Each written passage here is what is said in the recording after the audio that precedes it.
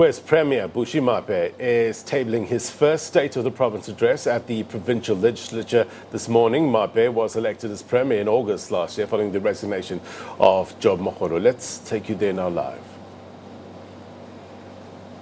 Section 100 administrators,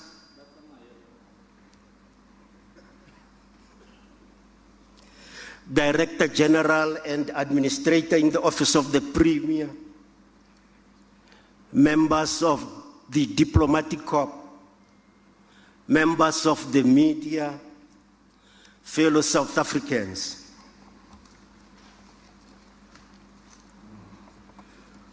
Honorable Speaker, allow me permission to acknowledge two important guests. One, Honorable Sfiso Buthelezi, and one, Shadrach Ganda. It is not their day today, Honorable Speaker, so I won't say a lot about them.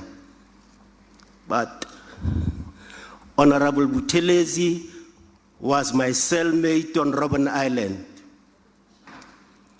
And Shadrach Ganda was my schoolmate. When we met after many, many years, he was from exile and I was from Robben Island. Both are devoted sons of Mam Ruth Mompati. They respected her and loved her. I wish she was here.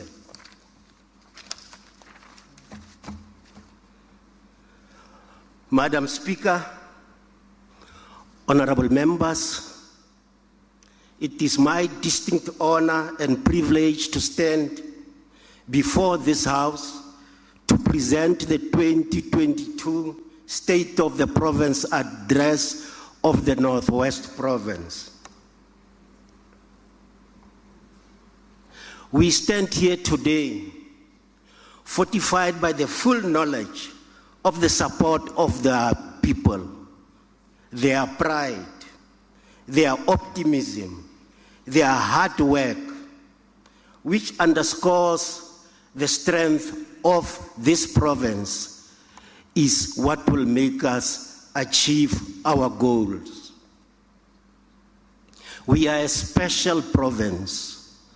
We are a beautiful province. Our people are warm-hearted. They are talented. They love their country, their province, and their localities. The spirit of the people of this province can be summarized by using the words of the famous Nigerian poet, Ben Ukri, who calls it our capacity to create, to overcome, to endure, to transform, to love, and to be greater than our suffering. This unique capacity, described by Ben Ukri, is exemplified by the following compatriots who in their daily lives seek to do well to the province and its people and hoist the good name of the Northwest to the limitless heights of the skies. Agnes Rasisemola, a principal of Sunrise View Secondary School in Rustenburg, scooped the African Union Continental Teachers Award. Kutlwano Chatiwa, a grade 11 pupil of Gabonewe High School in Madikwe, won a gold award at the Turkish International Science Fair competition. Stephen Mukoka, who grew up in the dusty streets of Ramatlabama, won the Cape Town Marathon in October 2021. Maberete Football Club from Lonely Park in Mahikeng qualified to play in the SABC Motsepe League. This they did without losing a single game. Nomtiti Cultural Ensemble from Mahikeng won the main award for Best Traditional Music Group at the SATMA competitions. Mr. George Gabuza of Gabza Construction and Transport in Moretele offered a lending hand by building a new house for the Kwadi family who were victims of floods in Pedin section of Lobotwani village in the Moretele local municipality. Motswana are mabogo dinku a thebana matlo go shama bapi men's help mekar.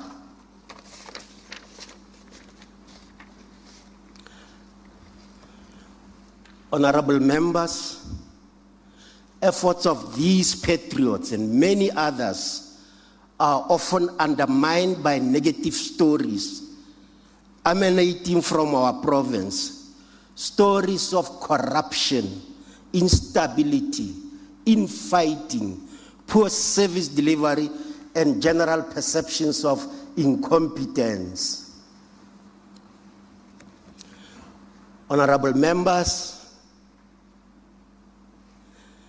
we want to turn the Northwest into a working province, guided by values of respect, accountability, professionalism, listening, caring, and responsive government.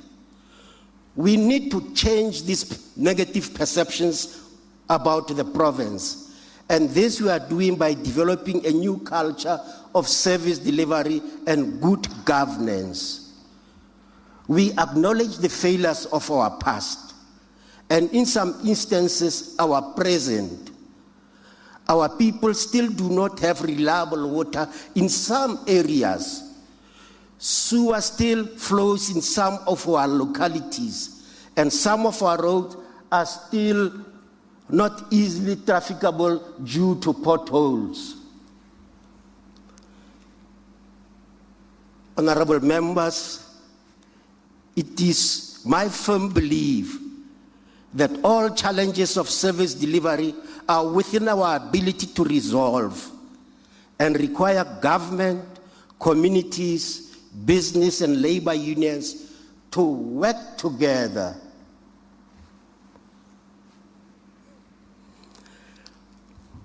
To respond to these challenges, past and present, we have adopted an accelerated service delivery program whose unique approach is a joint and collaborative effort to deliver basic services to change the face of government of municipalities in the province.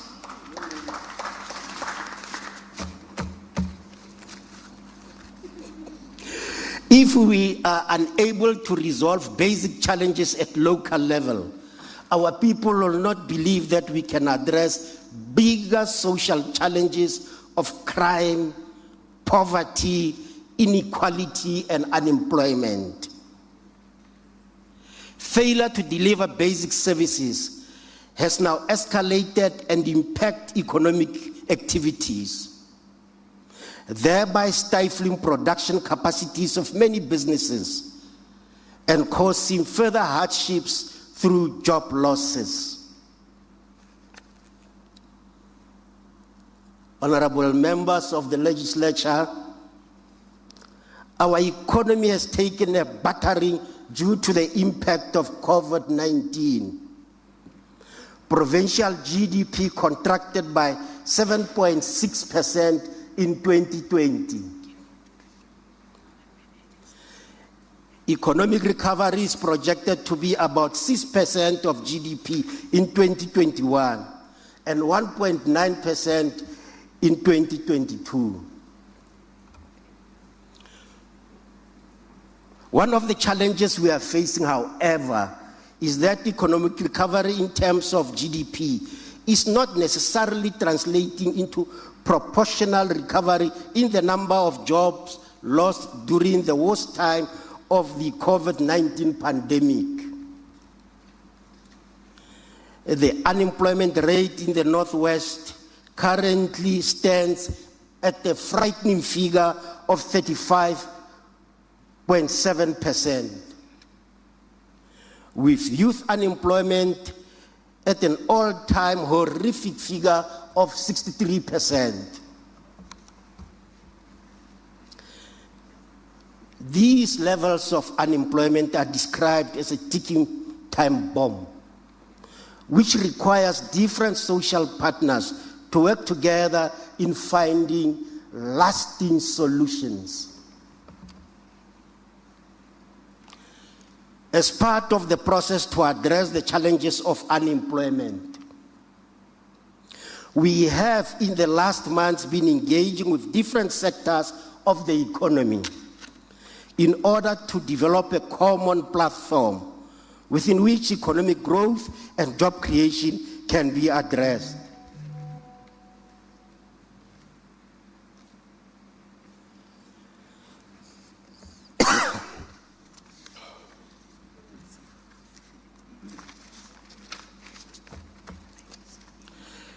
In the last month, we engaged with the mining sector at the Northwest Mining Investment Conference.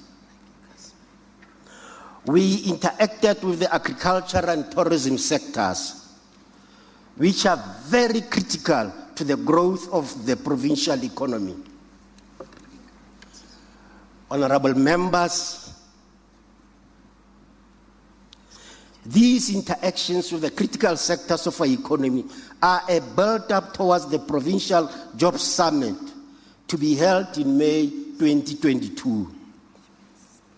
The summit is to involve organized labor, business, and other key stakeholders. The focus of the Job Summit will be to take forward outcomes of our engagement with all role players aimed at building consensus and compacts on growing the economy in order to create the much needed jobs. During our engagement, it became evident that the tourism sector in particular has been hard hit by the restrictions on travel as a consequence of the COVID-19 pandemic.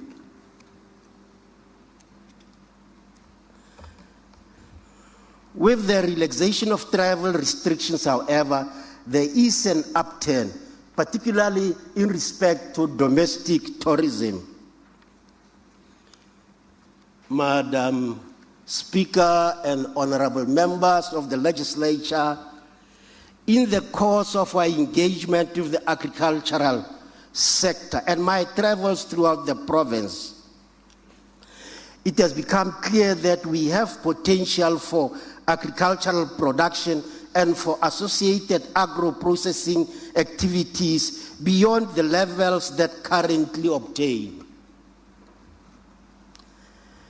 In the year ahead, our Department of Agriculture and Rural Development will be taking forward its crop massification program and will also be finalizing the irrigation master plan for the province, which will include optimizing effective use of the Taung, Disaneng, Molatedi, and Hartbeespoort irrigation schemes.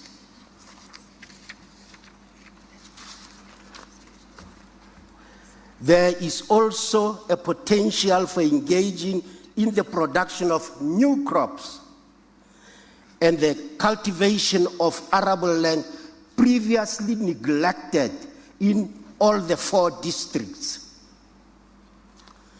In this regard, I'm pleased to indicate that the department is stepping up its development and implementation of the National Cannabis Master Plan, whose primary objective is commercialization of cannabis for medicinal and industrial use within the food and beverages space.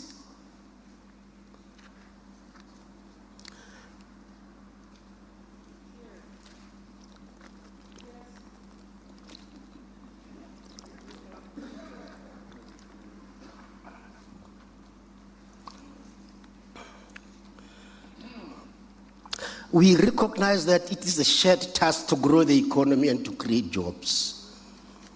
We all recognize that. It is a shared task to grow the economy and to create jobs. Our experience through engagement with various stakeholders is that our economic recovery is inextricably connected to the effective and reliable delivery of basic services. This was sharply raised in our interaction with, amongst others, the Northwest Chamber of Commerce and Industry towards the end of last year. We have placed partnerships and social compacts at the apex of our sector interface, and in this regard have already concluded an agreement to set up teams to assist in tackling service delivery challenges. These teams will include organized labor across all sectors of our economy. We are happy to report that we are changing the perception about Disobotla. Despite the problems there is collaboration, meaningful collaboration between business and government there.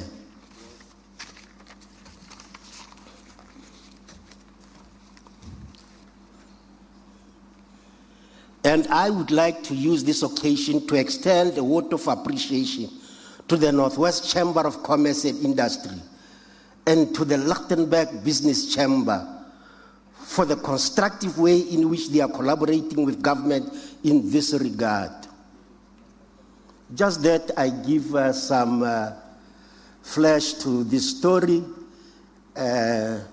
We know about that unfortunate narrative of Clover, what the Lichtenburg Business Chamber is currently involved in is to work with government to repair roads, to assist with electricity problems, and they are doing this from their own coffers, and we really appreciate this.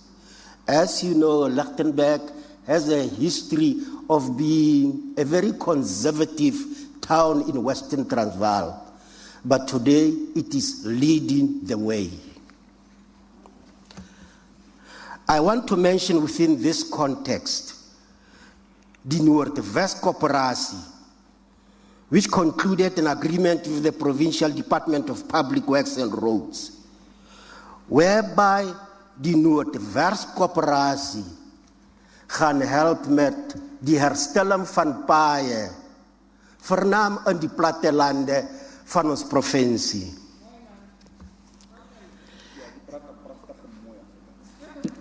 This approach is being replicated in other parts of the province, as is the case in Madibe local municipality, where mining houses have offered to provide both engineering expertise and project management skills in speeding up the expansion of the Bruce water treatment works, a project that has been delayed for many years.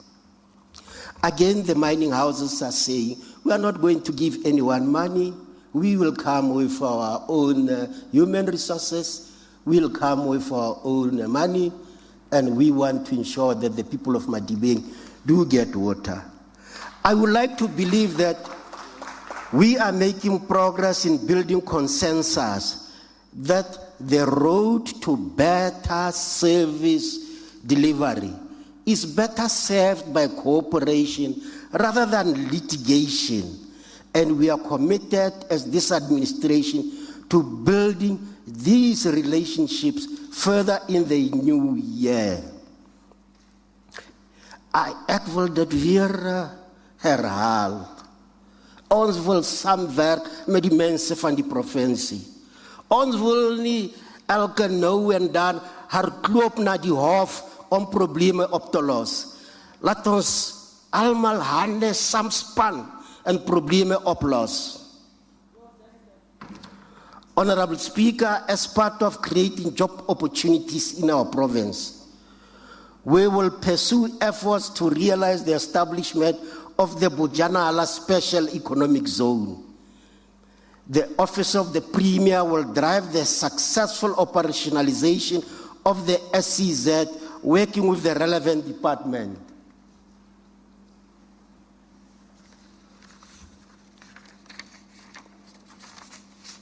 In fulfilling our role as a developmental state, we will also be reviewing the role and functions of state-owned enterprises in order to ensure that they are properly positioned as effective instruments in the task of economic development and job creation in this beautiful province. Our SMMEs are crucial to the economy and creation of job opportunities.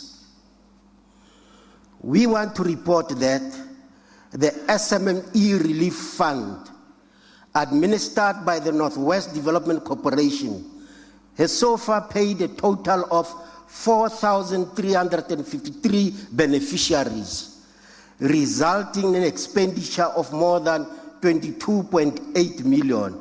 This support to SMEs will be increased and continued. Honorable members of the legislature, Honorable Speaker, the delivery of public and social infrastructure is one of the critical drivers of economic recovery and creation of jobs. The total provincial infrastructure budget for 2022-23 financial year is estimated at 4.8 billion. And the province will spend in excess of 13 billion on infrastructure over the 2022 MTEF period. Education will expend in excess of 1.2 billion on maintenance and construction of new schools. The Department of Health is allocated 581 million for maintenance, rehabilitation, and construction of health facilities. Public Works and Roads will receive 1.3 billion for road infrastructure.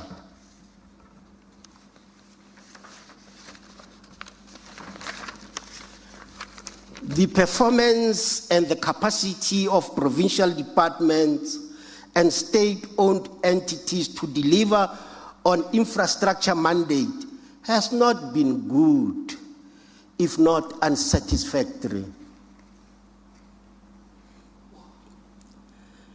The underspending of infrastructure expenditure and loss of conditional grant allocation to the National Revenue Fund is to be addressed as a matter of urgency.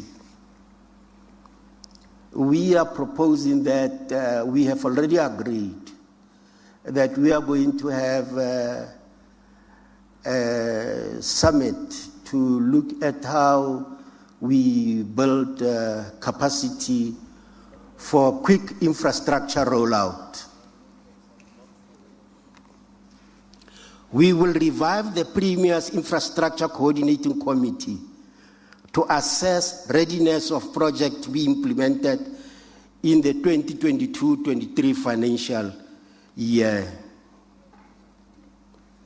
This structure will strengthen the hand of political heads of departments to hold accounting officers managing infrastructure allocations accountable for failure to deliver on projects. We want to see the ratio being 20% planning and 80% implementation of infrastructure projects.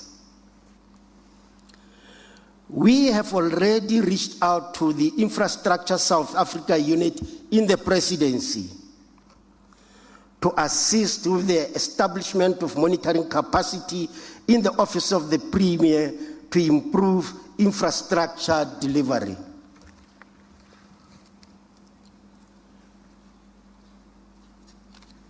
Honorable Speaker, we are fully conscious that the economic reconstruction and recovery plan will not create sufficient employment opportunities in the short term. We are therefore determined to ensure that the youth, women and people with disabilities are primary beneficiaries of available work opportunities generated through the delivery of public infrastructure.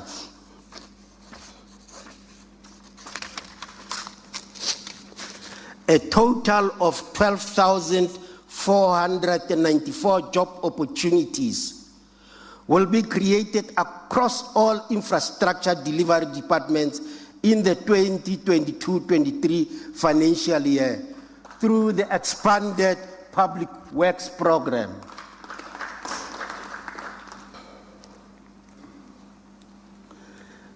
Some of these infrastructure projects will be schools. Honorable members of the legislature, some of them will be upgrading of roads, and the MECs will provide full details of all these projects and their delivery deadlines. Some of them will be libraries and so on. Others will be youth care centers, secure centers, and so on. We are proud to announce that this year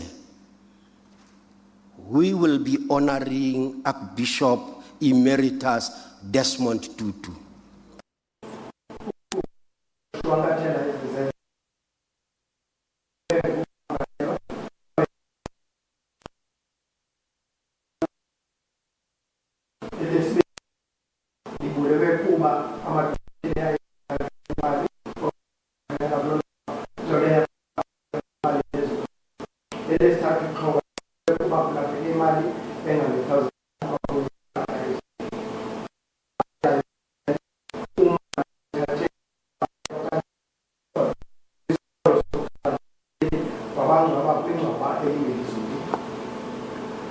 In taking the lives of the deceased, the accused actions impacted on the lives of their families, their relatives, and friends who must now deal with the emotional trauma that they are premature on them. Honorable Speaker, this year's Youth Day, Youth Day, Ibizatina, will mark the 46th anniversary of the 1976 June 16 uprising. The day is always an acknowledgement of the sacrifices the youth of this country have made in the struggle for national liberation.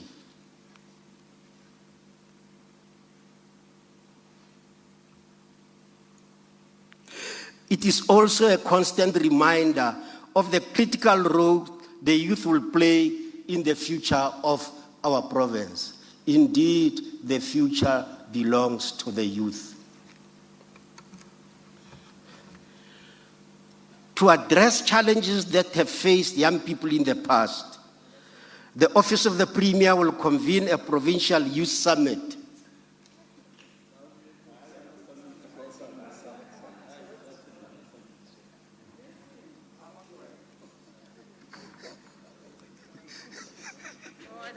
Order, honorable members. Do not call you out of order. Remember, you are on the podium.